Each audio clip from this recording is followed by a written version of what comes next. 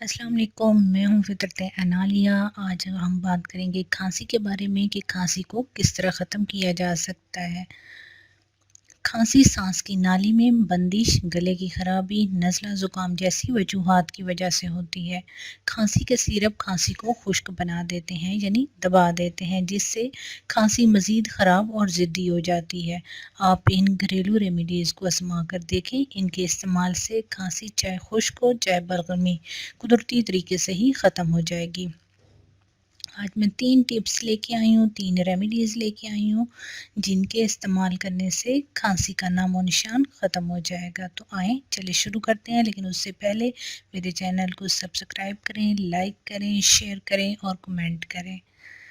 اچھا، نمبر 1 پہ ہے الائچی۔ آپ نے 3 عدد لینی ہے۔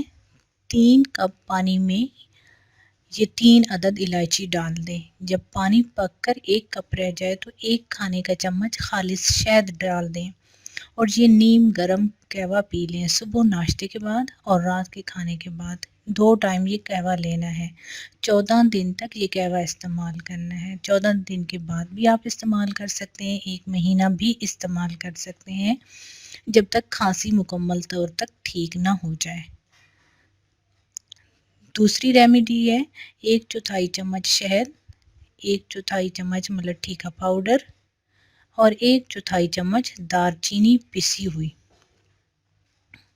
ان تمام چیزوں کو پانی کے ساتھ دن میں 2 مرتبہ لیں، صبح اور شام۔ آدھا چمچ ادرک کا پیسٹ لیں۔ یہ تیسری ریمیڈی ہے۔ چٹکی بھر دار چینی پسی ہوئی یا دار چینی کا ایک چھوٹا ٹکڑا اور 3 عدد لونگ لیں۔ 2 کپ پانی میں ان تینوں کو ڈال کر خوب ابالیں۔